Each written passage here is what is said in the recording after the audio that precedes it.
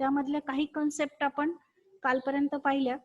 काल जी आपण last concept बघितलेली आहे तर ती कन्सेप्ट आपली मॅचिंग कन्सेप्ट होती. मॅचिंग कन्सेप्ट आपण काल पाहिली आहे बघा, ॲक्रुअल अँड मॅचिंग कन्सेप्ट. आज आपण पुढची जी कन्सेप्ट आहे ती पाहणार आहोत. मॅचिंग कन्सेप्ट आपण काल पाहिली की रेव्हेन्यू आणि एक्सपेंडिचर जे आहेत ते काय झाले पाहिजे, मॅच झाले पाहिजे.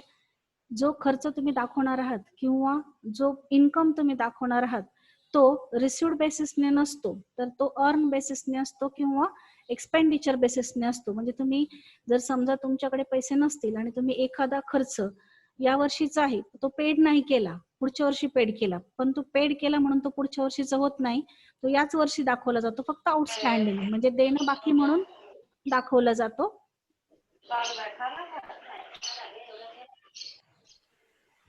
देणं बाकी म्हणून दाखवला जातो. ही ॲक्रुअल किंवा मॅचिंग कन्सेप्ट आहे. किंवा एखादा इन्कम असेल जो तुम्हाला या वर्षी येणं आहे परंतु तो आला नाही, पुढच्या वर्षी मिळाला, मग रिसिव्ह बेसने नाही दाखवलं जात, तर आपण त्याला इन्कम आउटस्टँडिंग म्हणून दाखवतो. तर जो पण खर्च आहे किंवा जे पण रेव्हेन्यू आहेत ते ज्या वर्षीचे त्याच वर्षी दाखवले जातात, त्याच फायनान्शियल इयर मध्ये दाखवले जातात. पेड बेसिसने त्याचं कॅल्क्युलेशन होत नाही, तर ड्यू बेसिसने कॅल्क्युलेशन होत असतं. ही कन्सेप्ट आपण काल पाहिलेली आहे. आज आपण पुढची जी कन्सेप्ट आहे ती पाहतोय.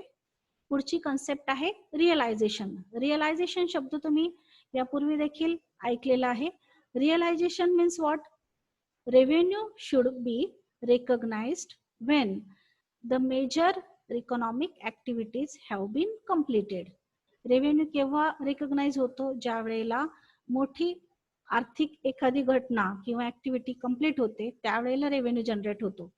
Sales are recognized when the goods are sold and delivered to the customer or services are rendered. जर तुम्ही मालाची विक्री केली आणि तो माल ज्या कस्टमरला तुम्हाला विकायचा आहे, विकलेला आहे त्याच्यापर्यंत तो डिलिव्हर्ड झाला, पोहोचला, किंवा तुम्ही एखादी सेवा जर पुरवत असाल, म्हणजे तुमचा मालाच्या विक्रीचा किंवा प्रोडक्शनचा बिझनेस नसेल तर फक्त सर्व्हिस प्रोव्हाइड करण्याचा बिझनेस असेल, तर जेव्हा तुम्ही ती सेवा पूर्णपणे एखाद्या व्यक्तीला देतात त्यावेळेलाच काय होतं, तर ती ऍक्टिव्हिटी कंप्लीट होते. आणि ऍक्टिव्हिटी कंप्लीट झाल्यानंतरच जो रेव्हेन्यू आहे तो जनरेट होतो. जोपर्यंत ऍक्टिव्हिटी कंप्लीट होत नाही तोपर्यंत रेव्हेन्यू जनरेट होत नाही.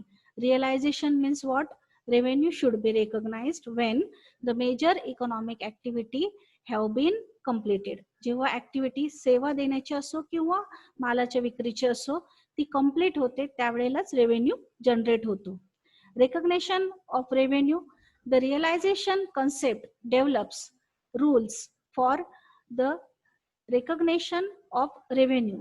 The concept provides that revenues are recognized when it is earned and not when money is received. कालच आपण ही कन्सेप्ट पाहिली की रेव्हेन्यू केव्हा जनरेट होतो, तर पैसे मिळाल्यानंतर नाही, तर जेव्हा जी प्रोसेस आहे रेव्हेन्यू जनरेशनची ती कंप्लीट होते. आत्ताच आपण पाहिलं की जर मालाची विक्री केली आणि माल डिलिव्हर झाला कस्टमर पर्यंत, तो त्याला मिळाला, म्हणजे ती ऍक्टिव्हिटी कंप्लीट झाली. ऍक्टिव्हिटी कंप्लीट झाली, मग समजा तुम्ही 1 लाख रुपयाचा माल कस्टमरला विकलेला असेल तर 1 लाख रुपयाचा माल तुम्ही मार्च महिन्यामध्ये कस्टमरला विकला समजा फॉर एक्झाम्पल, आणि आपलं फायनान्शियल इयर आहे एप्रिल ते मार्च. मग समजा 1 लाख रुपयाचा माल विकला, 1 लाख रुपयाचं ट्रान्झॅक्शन तुमचं कंप्लीट झालेलं आहे. कस्टमरने तुम्हाला सांगितलं की 1 लाख रुपये माझ्याकडे आता नाहीयेत, मी तुम्हाला एप्रिल महिन्यामध्ये ते पेड करतो. मग याचा अर्थ असा नाही की तुम्ही ते 1 लाख रुपयाचं ट्रान्झॅक्शन हे एप्रिल म्हणजे नेक्स्ट इयर मध्ये दाखवणार, तर ते तुम्ही मार्च मध्येच दाखवणार, परंतु त्या कस्टमर कडनं ते पैसे काय आहेत? आउटस्टँडिंग आहेत, येणं बाकी आहे, म्हणून तुम्ही ते डेटर्स काय करणार? तेवढ्या किमतीने वाढवून देणार. ते सेल्सचे जे पैसे आहेत, जे मालाची तुम्ही विक्री केलेली आहे उधारीवर, ती उधारी तुम्हाला एप्रिल मध्ये मिळणार आहे, परंतु ते ट्रान्झॅक्शन केव्हा प्लेस झालं, ती ऍक्टिव्हिटी केव्हा कंप्लीट झाली, तर मार्च मध्ये कंप्लीट झालेली आहे. मग जर तुमचं आर्थिक वर्ष हे 2019 आणि 20 असेल तर तुम्हाला ते 2019-20च्याच फायनान्शियल अकाउंटिंग मध्ये दाखवावं लागेल. ते सेल्स तुम्हाला त्याच वर्षाच्या ट्रेडिंग अकाउंट मध्ये दाखवावे लागतील आणि डेटर्स बॅलन्स शीटला 1 लाख रुपयाने वाढवावे लागतील. मग याचा अर्थ असा नाही की तुम्ही एप्रिल मध्ये तुम्हाला कस्टमर पैसे देणार आहेत म्हणून मग तुम्ही ते ट्रान्झॅक्शन जे आहे ते 20-21 मध्ये दाखवायचं. म्हणजे थोडक्यात काय, जे आपण मॅचिंग कन्सेप्ट मध्ये बघितलं होतं किंवा ऍक्रुअल कन्सेप्ट मध्ये बघितलं होतं की तुमचा खर्च असो नाही तर इन्कम असो, तो ज्या वर्षी ती ऍक्टिव्हिटी कम्प्लीट होते, ज्या फायनान्शियल इयर मध्ये ऍक्टिव्हिटी कम्प्लीट होते, त्याच फायनान्शियल इयर मध्ये तो दाखवायचा असतो. तिथेच त्याची ट्रीटमेंट करायची असते. मग एखादा समजा, आता मी सेल्सचं उदाहरण सांगितलं, त्याच्याऐवजी जर समजा तुम्ही एखादा खर्च द्यायचा असेल, तो द्यायचा बाकी असेल, तर तो तुम्ही आउटस्टँडिंग म्हणून दाखवू शकता. किंवा एखादा इन्कम आहे तुमचा पुढच्या वर्षीचा आहे, अगोदरच मिळाला, तर तो तुम्ही प्री रिसिव्ह म्हणून दाखवू शकता. पुढे दिलेले बघा, the concept provide that revenue are recognize when it is earn and not when money is received. A receipt of in advance for the supply of goods should be treated as prepaid income or pre-received income under current liabilities. पुढच्या वर्षीचे पैसे परंतु अगोदरच आपल्याला मिळाले, advance मध्ये मिळाले, तर आपण चालू वर्षीचं ते देणं म्हणून दाखवतो करंट लायबिलिटीजच्या हेडिंगच्या under. Since revenue is a principal component in the measurement of profit, the timing of its recognition has a direct effect on the profit. त्याचा इफेक्ट हा प्रॉफिट वर डायरेक्ट होत असतो. रेकग्नेशन क्रायटेरिया फॉर रेव्हेन्यू, त्यासाठी कुठले criteria आहेत?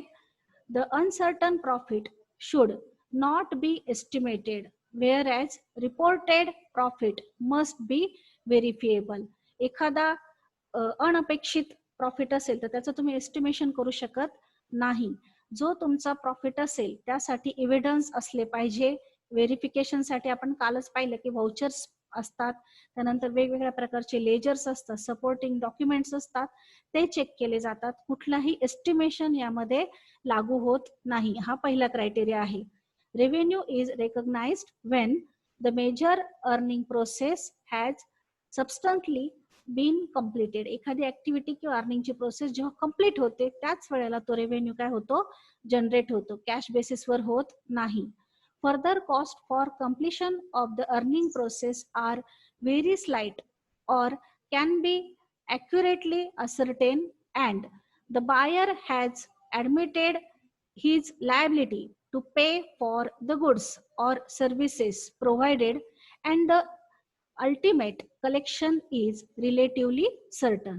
ज्या वेळेला तुम्ही एखादी प्रोसेस करतात मालाच्या विक्रीची, त्यावेळेला खरेदीदाराच्या हातामध्ये जेव्हा तो माल पोहोचतो त्याच वेळेला तो आपलं देणं लागतो. मग तुम्ही माल दिला असेल किंवा एखादी सर्व्हिस प्रोव्हाइड केलेली असेल त्याच वेळेला तो काय होतो? तो आपलं देणं लागतो. मग त्याने जे पैसे कधीही दिले तरी चालतात, परंतु ते ट्रान्झॅक्शन त्या ठिकाणी कम्प्लीट होतं आणि त्याची लगेच अकाउंटिंगला नोंद केली जाते. अकाउंटिंगच्या वेगवेगळ्या पुस्तकांमध्ये त्याची नोंद केली जाते. फॉर एक्झाम्पल्स दिलेले आहेत, goods sent to our customer on sale or return basis. तुम्हाला 12वीला फायनल अकाउंट मध्ये ही कन्सेप्ट होती बघा, सेल ऑर रिटर्न बेसिस. समजा तुम्ही एखाद्याला माल विकला आणि त्याला तो रिसेल करायचा असेल, म्हणजे आणखी दुसऱ्या कोणातरी कस्टमरला विकायचा असेल, मग आपण त्याला माल जो विकला तो सेल ऑर रिटर्न बेसिसने विकला. म्हणजे त्याच्याकडनं जर मालाची विक्री झाली तर ठीक, नाही तर तो आपल्याला तो माल परत करू शकतो. अशा बेसिसने जर आपण माल विकला असेल तरी आपण त्याची एंट्री सेल म्हणून करतो. त्याला उधारीवर माल दिला असेल तर आपण त्याची एंट्री डेटर्स मध्ये करतो. शक्यतो हा माल पूर्णपणे रोखीने विकला जात नाही, पार्शली क्रेडिट बेसिसने आणि पार्शली कॅश बेसिसने विकला जातो. मग जर समजा तुम्ही पार्शली क्रेडिट बेसिसने विकला असेल तर त्याचा इफेक्ट लगेच आपण डेटर्स मध्ये देतो, डेटर्स तेवढ्याने वाढवतो. बाय चान्स हा माल जर रिटर्न आला तर मग त्याचा आपण रिव्हर्स इफेक्ट पुन्हा करतो. सेल्स मधून आपण ते लेस करतो, डेटर्स पण काय करतो? कमी करतो. पण आता सध्या जरी माल सेल और रिटर्न बेसिसने विकला असेल तरी आपण तेवढ्याचे सेल्स झालेत हे दाखवून देतो, सेल्स वाढवतो आणि डेटर्स सुद्धा वाढवतो. This means the customer do not pay for the goods until the confirm to buy. If they do not buy those goods will return. आत्ताच तुम्हाला सांगितलं ते परत करू शकतात माल, आणि परत आलेला माल काय करणार आपण? Goods on the sale or return basis will not be treated as normal sales. ते नॉर्मल सेल्स म्हणून नाही होणार. And should be included in closing stock unless the sales have been confirm by the customer. जेव्हा customer confirm म्हणेल की हा आता ह्या मालाची मला गरज आहे किंवा हा माल मी आता तुम्हाला परत करणार नाही, तेव्हाच तो आपण स्टॉक मधून काय करतो, लेस करतो. नाही तर मग तो स्टॉक मध्ये तसाच आहे, त्याचा इफेक्ट क्लोजिंग स्टॉक मध्ये तसाच राहतो. Goods sale on return basis, ह्या मालाची एंट्री या पद्धतीने केली जाते. त्यानंतर पुढची जी कन्सेप्ट आहे ती पुढची कन्सेप्ट आहे डिस्क्लोजर. अकाउंटचे वेगवेगळ्या पद्धतीने डिस्क्लोजर्स असतात. ते डिस्क्लोजर्स काय असतात तर financial statement should be prepared to reflect a true and fair view of the financial position and performance of the enterprise. जे तुमचा बिझनेस असेल त्या बिझनेसची सत्यस्थिती, फेअर व्ह्यू हा दाखवण्याचं काम हे फायनान्शियल स्टेटमेंट्स करत असतात. तुमच्या बिझनेसची पोझिशन कशी आहे किंवा तुमच्या एंटरप्राइजची, इंडस्ट्रीची पोझिशन कशी आहे ही तुमच्या बॅलन्स शीट मधून व्यक्त होत असते. तर हे जे स्टेटमेंट आहेत त्याचं डिस्क्लोजर जे आहे ते या पद्धतीने झालं पाहिजे की त्यामधून तुमच्या बिझनेसची सत्य स्थिती इतरांना दिसली पाहिजे. त्याचे जे वापरकर्ते असतात, युजर्स, ते आपण अगोदरच पाहिलेत की आपले जे फायनान्शियल स्टेटमेंट आहेत त्याचे युजर्स कोण आहेत तर शेअर होल्डर्स आहेत, ज्यांना आपण इन्व्हेस्टर म्हणतो. लेंडर्स आहेत जे आपल्याला कर्ज पुरवठा करतात. गव्हर्नमेंट आहे ज्यांना वेगवेगळ्या पद्धतीच्या बिझनेसवर नियंत्रण ठेवायचं असतं आणि काही इकॉनॉमिकल पॉलिसीज डेव्हलप करायच्या असतात. क्रेडिटर्स आहेत ज्यांच्याकडनं आपण उधारीवर माल खरेदी करत असतो, कच्चा माल असेल किंवा रिसेलसाठी माल असेल, त्यांना या फायनान्शियल स्टेटमेंटची गरज असते. मग त्यांच्या दृष्टिकोनातून आणि फायनली कंझ्युमर्स आणि कस्टमरच्या दृष्टिकोनातून हे जे डिस्क्लोजर आहे ते फेअर आणि ट्रू व्ह्यूने असलं पाहिजे. All material and relevant information must be disclosed in financial statement. सर्व इन्फॉर्मेशन, सर्व एक्सपेंडिचर्स असतील, इन्कम्स असतील, प्रोव्हिजन्स असतील, परचेसेस, सेल्स, हे सर्व फायनान्शियल स्टेटमेंट मधून डिस्क्लोज झाले पाहिजे, सर्वांच्या निदर्शनास आले पाहिजे. त्यानंतर नेक्स्ट कन्सेप्ट आहे uniformity. Meaning uniformity means different companies within the same industry should adopt the same accounting method and treatment for the like transactions. जर समजा एकाच प्रकारच्या इंडस्ट्रीज मधल्या वेगवेगळ्या कंपनीज असतील, फॉर एक्झाम्पल सोप मॅन्युफॅक्चरिंगच्या कंपनीज असतील, तर त्यांना एकत्रितरित्या एकच प्रकारचं कॉस्टिंग आणि एकच प्रकारचं अकाउंटिंगच्या मेथड्स वापराव्या लागतात. कारण की त्यांचे जे व्यवहार असतात, त्यांचे जे ट्रान्झॅक्शन्स असतात ते सेम असतात. म्हणून एक कुठेतरी एकसारखेपणा एक प्रकारच्या इंडस्ट्रीज मध्ये यावा त्यासाठी युनिफॉर्म कॉस्टिंग केलं जातं. आणि अकाउंटिंगचे जे वेगवेगळे मेथड्स आहेत त्या वेगवेगळ्या मेथड्स न वापरता एकाच प्रकारच्या इंडस्ट्रीमध्ये अकाउंटिंगच्या मेथड्स आणि ज्या ट्रीटमेंट्स आहेत ट्रान्झॅक्शन्सच्या त्या एकसारख्या वापरल्या जातात. त्याला युनिफॉर्मिटी असं म्हणतात. फॉर एक्झाम्पल आपण सोप मॅन्युफॅक्चरिंग असेल किंवा क्लोथ मॅन्युफॅक्चरिंग असेल, कुठल्याही प्रकारचा एकसारखा बिझनेस असेल आणि त्याच्या वेगवेगळ्या कंपनीज असतील, तर त्या वेगवेगळ्या कंपनीज काय करतात, एकच प्रकारची अकाउंटिंगची मेथड्स आणि ट्रीटमेंट वापरतात किंवा कॉस्टिंगची एकच मेथड वापरतात. त्याला युनिफॉर्म कॉस्टिंग असं म्हटलं जातं. कारण की सगळ्यांचे जे व्यवहार असतात किंवा ट्रान्झॅक्शन्स असतात ते सेम असतात, त्यामध्ये काही बदल नसतात, म्हणून युनिफॉर्म कॉस्टिंगचा वापर केला जातो. The practice enable inter company comparison of their financial position. यामुळे काय होतं तर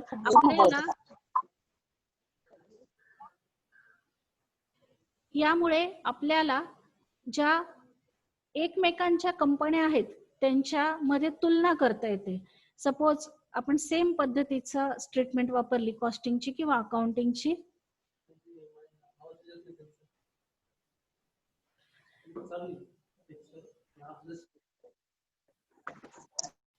बघा युनिफॉर्मिटी आपण पाहतोय. युनिफॉर्मिटी म्हणजे काय, एकसारखेपणा. एक प्रकारच्या इंडस्ट्रीज असतील किंवा कंपनीज असतील तर त्यांनी आपल्या अकाउंटिंगच्या मेथड एकसारखे वापरले पाहिजे. त्यामुळे काय होतं तर एकमेकांच्या कंपन्यांमध्ये कंपॅरिझन करता येतं, तुलना करता येते. मग आपण समजा आपल्याकडे जो प्रॉफिट होत असेल तो कमी होत असेल तर इतर कंपन्यांनी काय केलेलं आहे, मटेरियलमध्ये किती पैसे गुंतवलेले आहेत किंवा इतर कशी इन्व्हेस्टमेंट केलेली आहे त्याच्याशी आपण तुलना करू शकतो. आपला एखादा अवॉइडेबल एक्सपेन्सेस असेल जो आपण कमी करू शकतो, तो एक्सपेन्सेस आपल्याला कमी करता येतो. त्यामुळे इंटरफर्म कंपॅरिझन म्हणजे एकमेकांशी तुलना करणे सोपं जातं जर सारख्या मेथड्स वापरल्या असतील तर. म्हणून पुढची कन्सेप्ट आहे युनिफॉर्मिटी. त्यानंतर आहे relevance. Relevance means what? Financial statement should be prepared to meet the objective of user. जे वापरकर्ते आहे त्यांचं जे उद्देश आहे तो पूर्ण होण्यासाठी फायनान्शियल स्टेटमेंट प्रिपेअर केले पाहिजे. जर समजा वापरकर्त्यांचा उद्देशच पूर्ण होत नसेल, त्यांना आवश्यक असलेली जी रिलिव्हंट माहिती आहे, करंट माहिती आहे ती जर मिळत नसेल तर तुमच्या फायनान्शियल स्टेटमेंटचा काहीही उपयोग नाही. म्हणून फायनान्शियल स्टेटमेंट हे रिलिव्हंट असले पाहिजे. त्यात जी इन्फॉर्मेशन तुम्ही प्रोव्हाइड करणार आहात ती अतिशय रिलिव्हंट असली पाहिजे, अगदी काय म्हणतो आपण त्याला अपडेटेड असली पाहिजे. अशी बॅकडेटेड किंवा हिस्टॉरिकलची जी इन्फॉर्मेशन आहे ती फायनान्शियल स्टेटमेंट मधून दाखवता कामा नये. Relevant information which can satisfy the need of most users is selected and recorded in financial statement. माहिती जी आहे ती अतिशय रिलिव्हंट असली पाहिजे जेणेकरून ते जे वापरकर्ते आहेत, आपले इन्व्हेस्टर्स असतील, लेंडर्स असतील, क्रेडिटर्स असतील, कस्टमर्स असतील, त्यांना ती उपयोगी पडेल. तुम्ही बॅकडेटेड इन्फॉर्मेशन दिली तर ती त्यांच्या उपयोगाची होणार नाही. म्हणून रिलिव्हन्स ही आपली लास्ट कन्सेप्ट होती. आपण आतापर्यंत ज्या कन्सेप्ट पाहिल्या ते एकदा फक्त त्याची हेडिंग्स जे आहेत ते आपण पाहून घेऊया. बघा, अकाउंटिंग कन्सेप्ट मध्ये आपण पाहिलं बिझनेस एंटिटी. बिझनेस आणि बिझनेसमन हे दोन वेगवेगळे व्यक्ती आहेत, त्यांना सेपरेट एंटिटी आहे. बिझनेस आणि बिझनेसमनांचे जे व्यवहार आहेत ते सेपरेट ठेवले जातात. बिझनेसमनने बिझनेसमधून काय घेतलं त्याला आपण ड्रॉइंग म्हणतो आणि तेवढ्याने त्याचं कॅपिटल मायनस करत असतो. मनी मेजरमेंट पैशाच्या स्वरूपात व्यक्त होणारी कन्सेप्ट आहे. आपण वस्तू विनिमय केला, वस्तूच्या बदल्यात वस्तू, तर त्याचा अकाउंटिंग ट्रीटमेंट होत नाही. पैशाच्या स्वरूपात व्यक्त होणारी कन्सेप्ट. गोईंग कन्सर्न व्यक्ती राहोत अगर ना राहोत, बिझनेस हा कंटिन्युअस चालू राहतो until it's liquid or dissolve. जोपर्यंत त्याचं लिक्विडेशन होत नाही किंवा डिझोल्युशन होत नाही तोपर्यंत बिझनेस कंटिन्यू राहतो. त्याचे मालक बदलतील, कर्ज देणारे बदलतील, एम्प्लॉईज बदलतील, परंतु बिझनेस मात्र चालू राहतो. त्यानंतर हिस्टॉरिकल कॉस्ट. हिस्टॉरिकल कॉस्ट म्हणजे तुमचं ट्रान्झॅक्शन प्लेस होतं आणि त्याची नोंद होते, याला हिस्टॉरिकल कॉस्ट असं म्हणतात. त्यानंतर प्रुडन्स, कन्व्हर्टिझम आपण त्याला म्हटलंय की जे काही तुमची माहिती आहे ती प्रुडंट असली पाहिजे, त्याला इव्हिडन्स असला पाहिजे, काहीतरी प्रूव्ह असला पाहिजे, त्याच्याशिवाय त्याचं अकाउंटिंग नोंदवलं जात नाही. म्हणजे व्हाउचर्स असतील किंवा इतर बिलं असतील ते पाहिल्यानंतरच त्याचं अकाउंटिंग केलं जातं. मटेरियलिटी असली पाहिजे. तुमचं जे अकाउंटिंग आहे त्याच्यामध्ये काहीतरी स्थायित्व असलं पाहिजे.